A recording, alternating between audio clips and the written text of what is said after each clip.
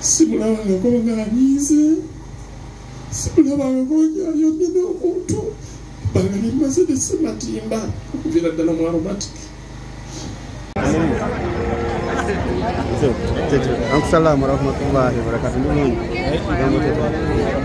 Iyo yaganye.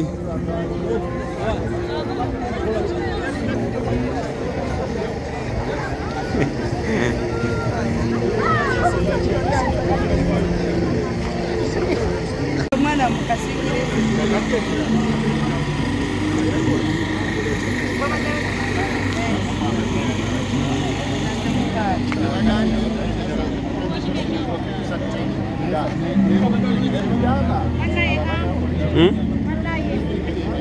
Wanje uncle.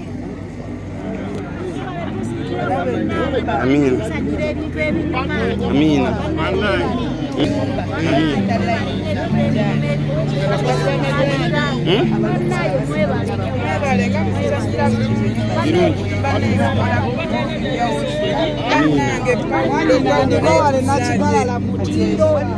Besawe mu sigendo kukona nga tuli wali nemere singa Tell them. nzebe unizera nekanzo wadda akati nona yali wali kunsondo oyo Mukulu w'ekika naye mumulabi. Zola nembanga ninakuba ninashyekola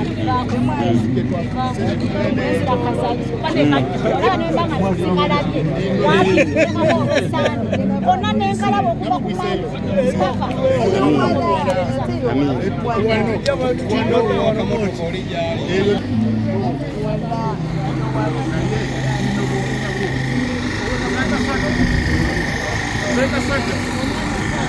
Yamin.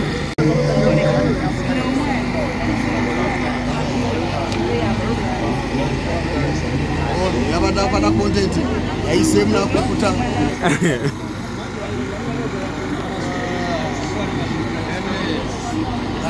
Tamu monseno naye okuviira ddala Waswanga mwana muto yali mwana alina omutima ogwagala, yali mwana ayagala emirembe, yali mwana ayagaliza buli omu. Buli we yabanga ayagala nnyo okuba nti asanyusa buli muntu. Waswa simumanyiiko kuyomba, simumanyiiko kulwana nga mukulu we, ate nga n'ekitiibwa kwatadde okukiwa abamusinga obukulu. Twebaza Mukama olw'obulamu bwe, twebaza Mukama eyamutuwa mu bulamu bwaffe. We enjoyed his life, we enjoyed his happiness. We Janalongo babadde mikwano gya Waswa. Sijja kubalimba mu baana muli bazadde, ozaala omwana naye mu baana b'ozadde wa maama mukwano gwo. Waswa abadde mukwano gwa maama. Ffenna tubimanyi mu baana be tuzaalibwa nabo. Waswa was a sacred lover to our mom. Era ndowooza nti ekiseera kino Mukama yasalawo maama emyaka 2 egiwedde oba 3 teginnawera bulungi asooka awummule, kubanga kino kyandibadde kitalo nnyo Nalongo okulaba omulongo we, okulaba Waswa we ng'agalamidde wano ku myaka emito ddala. Mu butuufu Abakristo batugamba nti mu biseera ebirungi n'ebibi twebaze Mukama ate tumutendereze. Nakati twagala obabuulira nti tuli bagumu, tukyatendereza Mukama. Yes, we will miss our lovely brother.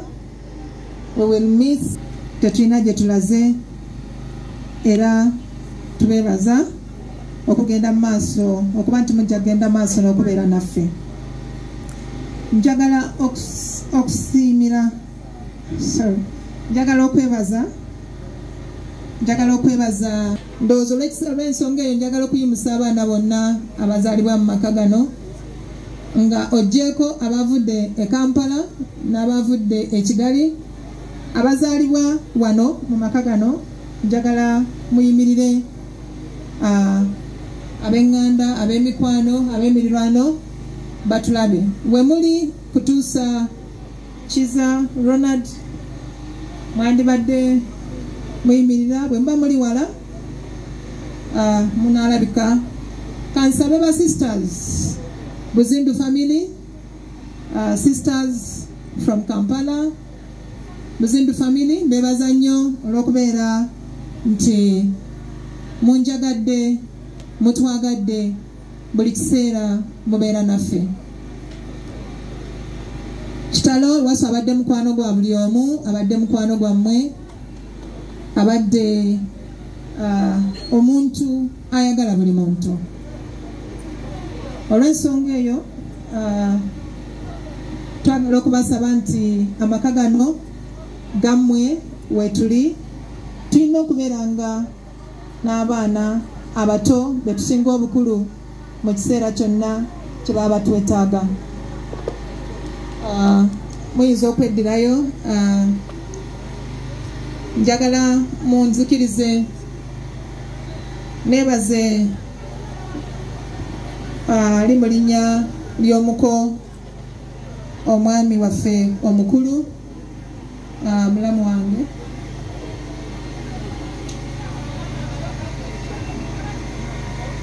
my brother-in-law who has traveled all the way from Chenkwanzi, Mzee Kamari, turagushimye ko waje kudufata mu mugongo, wakoze kutuzirikana, Imana iguhe umugisha cyane.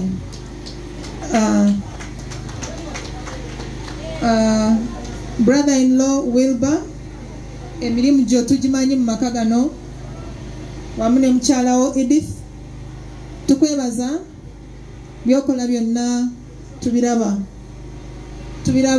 era twagala okugumya. Ono abadde mukwano gwo Waswa, mubadde mutambula wamu, mubadde mukola ebintu bingi wamu, emirimu gyo tugikwebaza. Njagala okwebaza abafuzi ba kino ekitundu, from the abakulembeze neyanziza bano abaana ba Waswa. Kibadde kirungi titubalabe, mutule mu maaso.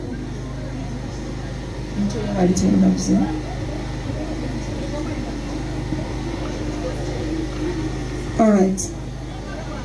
So mbadde mbagumya nga mbagamba nti Waswa tagenze, alese abaana era mubalaba. Bano ndabirwamu za Waswa. Bw'obanga omutunuulira mubo bangi bafaanana Waswa, era tubasaba okuba nti nno mugenda mu maaso n'okubaagala, naffe tetulina gye tulaze wetuli. Badde ntuuse kukwebaza ab'ebyobukulembeze ab'ekitundu kino okuviira ddala ku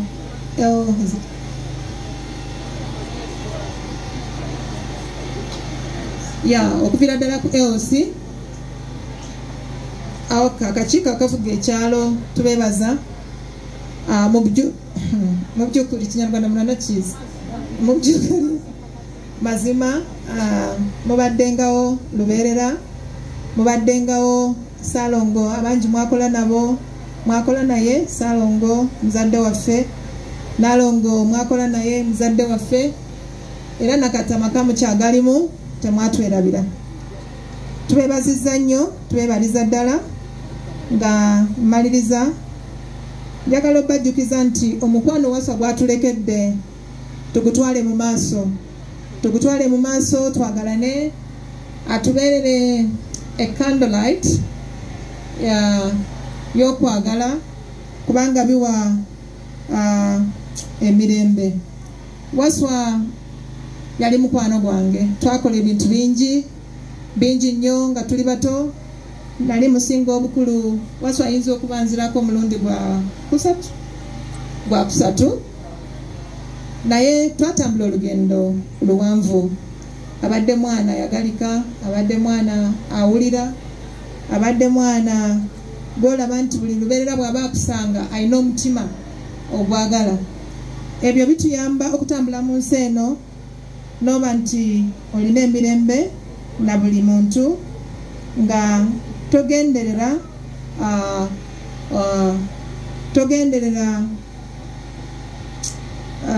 kubuza emirembe abalala.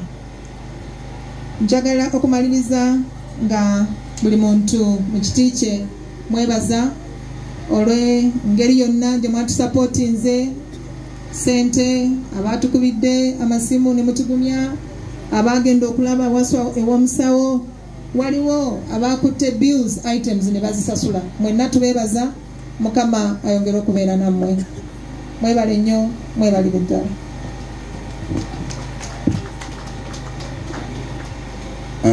Thank you so much, Sister Mbabas, for that. Kusawa 10 gwennyini waswa alina otuvaako. Ekyo tulina okikkiriza. Ate n'enkuba naye egamba nti yagala byetabamu. Kitegeeza activities zetulinayo tuzikole mu bwangu. Bwe tuba tukuwadde akazindaalo oba ng'ogenda kwogera on behalf of the others, ate tomaliriza kwogera noga ate nono kababuuzeeko. Kubanga mujja tusangisa enkuba.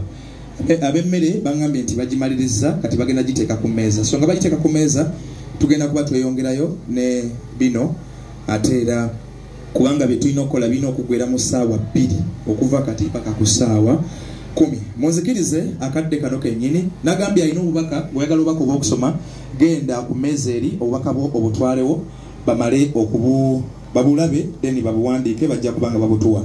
Munzikirize basebo ne banyabo nyanirize bakadde baffe okuva mu Aromatic nga bakulembeddwa Director Hamisi Segujja ne bonna bemutambudde nabo mujje mutubuuzeeko ate era tugenda ate ku bantu abalala.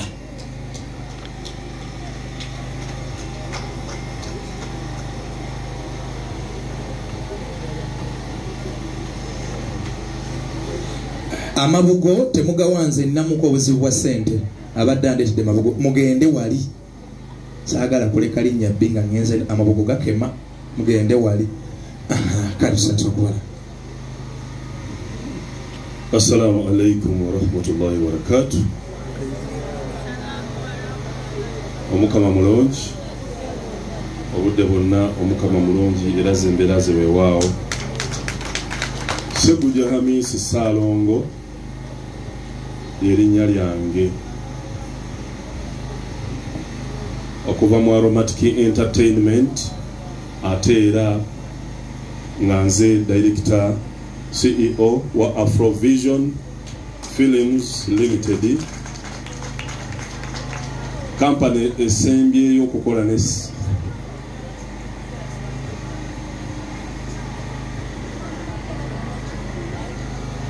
company esembyeyo okukola ne Matimba. Tuli basanyufu olw'obulamu bwa Matimba.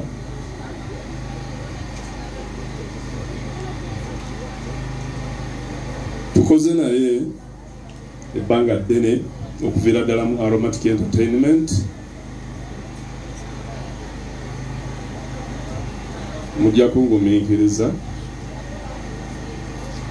naye ng'obubaka nnyina obutuusa.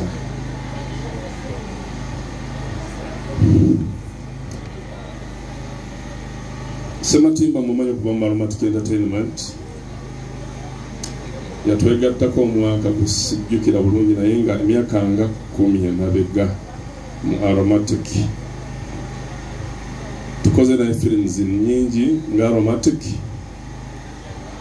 nyingi omuli feature movies ne series ku TV naddala Bukedde TV ebiseera ebyo bye twakolanga naye we yabeererawo newankubadde nga mu kaseera kano tulina TVs endala ze tukolagana nazo. Firimu nyingi ze yazannyamu Amakungula na Olovu, waliwo abajjukira erinnya lya Mugowa nga bamuyita Bbawo Mugowa lyamutunda nnyo eryo, naye nga mu kaseera kano abadde yawummula firimu emyaka egiwererako ddala. Nze Segujja Hamisi Saalongo ng'oyo mutwala nga mutabani wange, nze mbadde mukomezaawo ku luguudo olwa firimu mu kibiina kye bayita Afrovision Films Limited, era nga tulina firimu yaffe eri ku YouTube channel bagiyita era Afrovision Films Limited erinnya lya channel eyo kwe kuli filimu Ssematimba zasembye okuzannya era gwa ebadde ayagala okulaba ku Ssematimba abadde tamanyi nti oba yabivaako yawummula genda ku mukutu ogwo ojja kulaba filimu ze ne wiiki eno yennyini episode mwalinga azannya era bwe namubise bangi balowoozezza nti biri mu filimu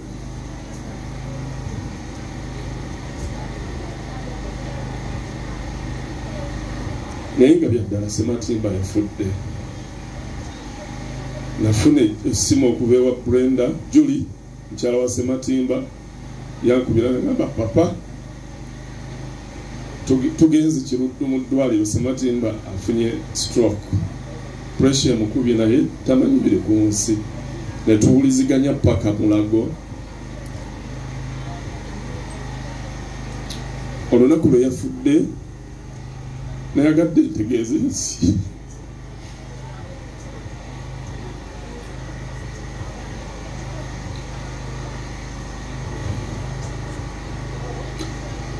nayagadde ntegeeze ensi nti munnange tali bulungi nekola post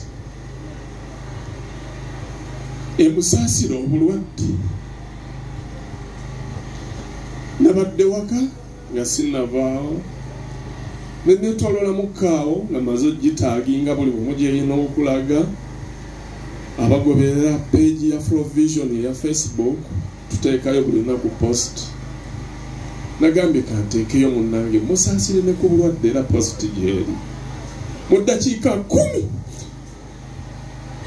nsanga missed call ya Julie tiba ne gutyamu ningamba kiki paka nagambye nagumye ne ngamba kamukubire ngesimu eri busy ngamba ero mutima ne ntyamu ne ngamba kuba yeeyongedde okuba obubi wabaddewo pulaani emujja emulago ABCD n'ebirala ne ngamba oba nedowooza bingi kubira Julie nangamba Ssematimba obulamu bugenze.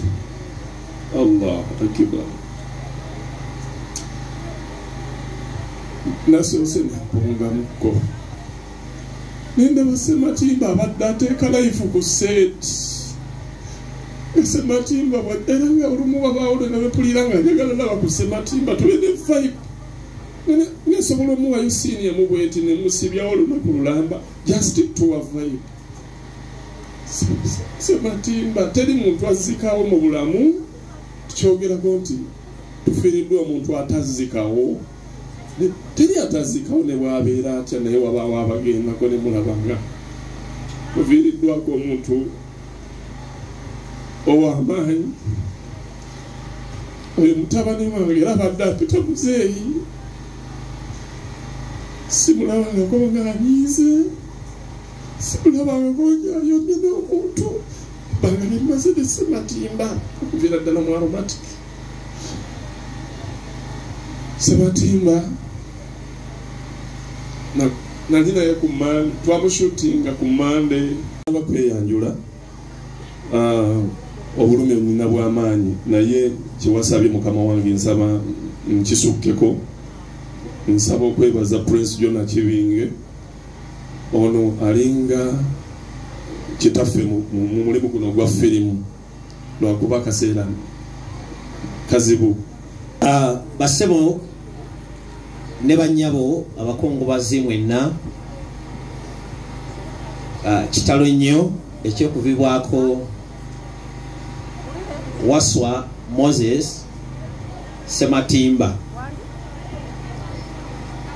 agamanya tugamanyi bulungi naye kimanya ate mu family ne ya Ssematimba tebalimanyi nnyo basinga kumanya ya Waswa Moses Kaitala n'olwensonga eyo fe ababadde naye ebbanga lyonna waliwo omuntu akuvaako mulamu bw'ensi eno n'onoonya ekyokumwogerako eri ewaffe Bugerere ninayo olubiri eyo essaawa zino bakumya olumbe ku kyalo olwa Ssematimba bano bonna bemulengera wano bajja mulumbe naye kagamba nga buli muntu abuuza Ssematimba enkeera nga balina Morris batambula ekyalo nyumba ku nyumba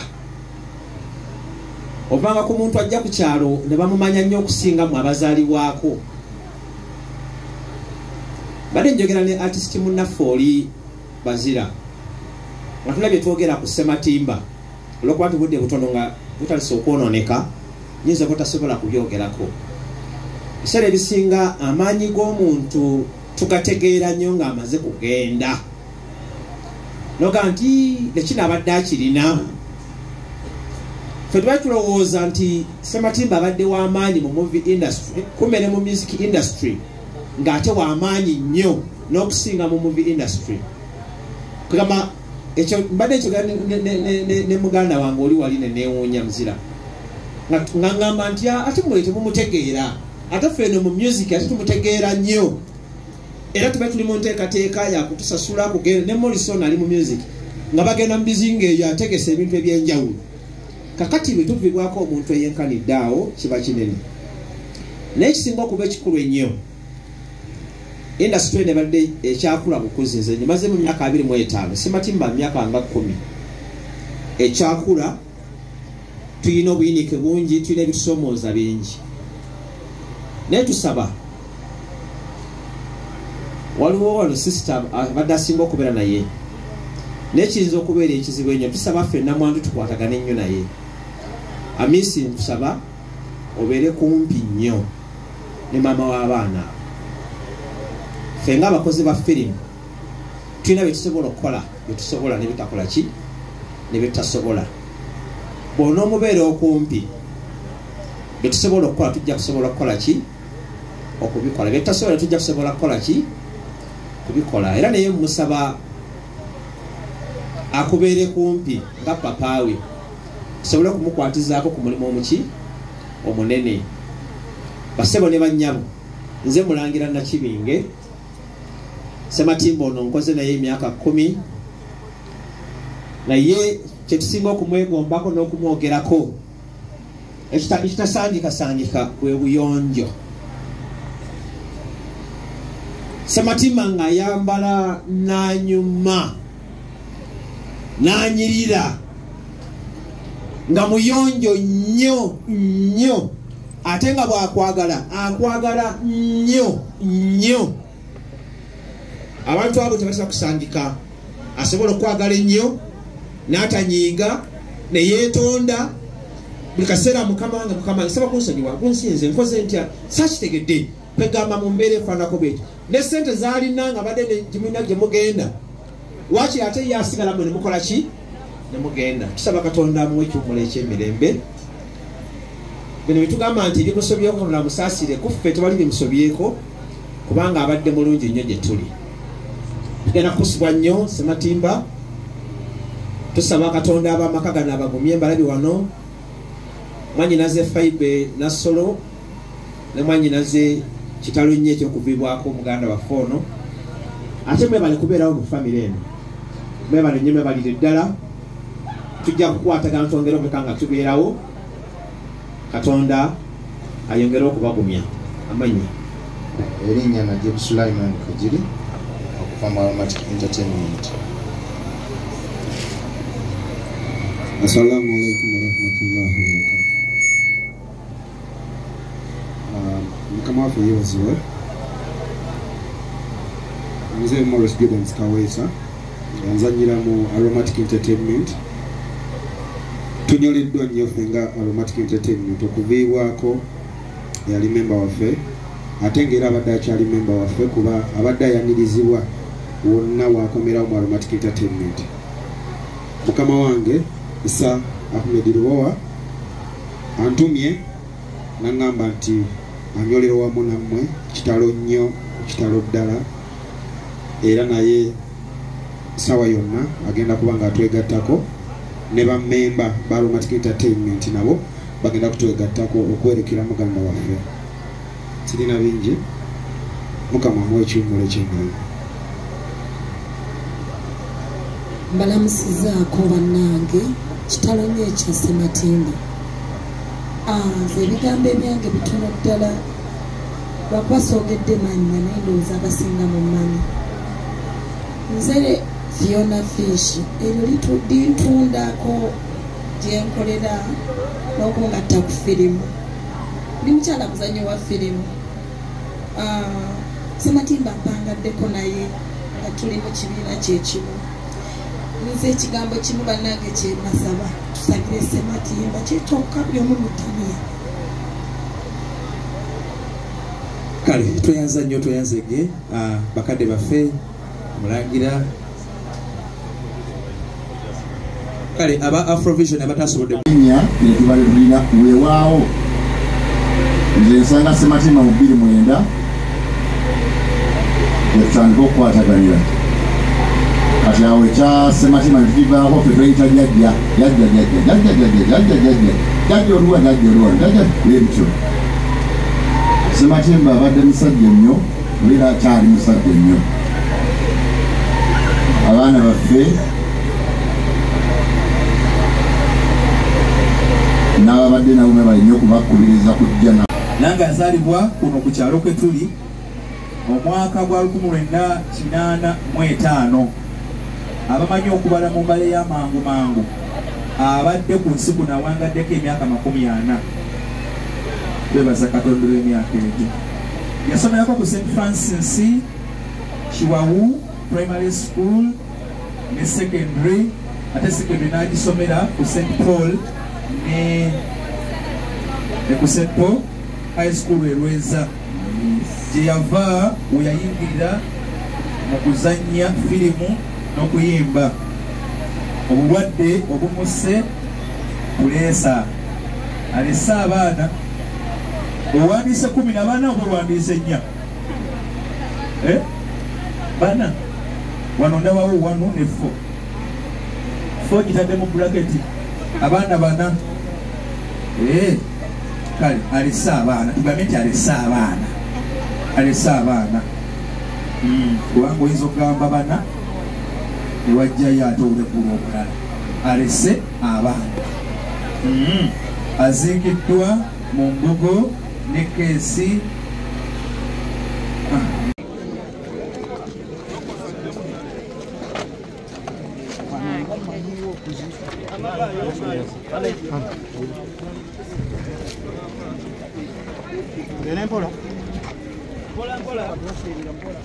Yabo.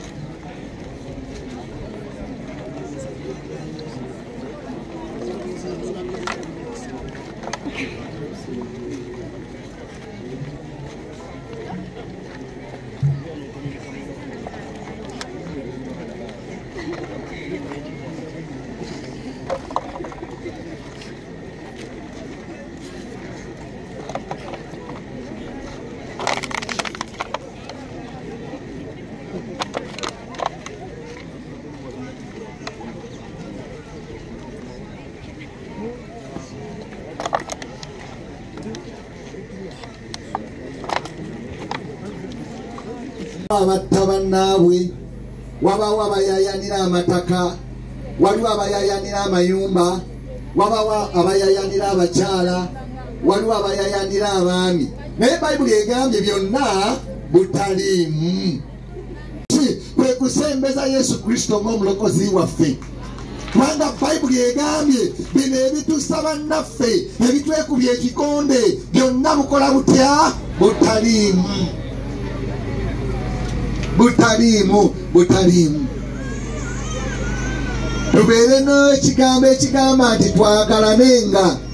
Waswalesa abaana naye abantu abasinga obungi wano bayinza okuba bamusuusuuta Waswa abadde mukwano gwaffe Waswa tubadde tumwagala nnyo Waswa tutendese otukoze bwoti naye omukwano gwa Waswa tugenda kulabira ku baana bano mugenda kukomawo mu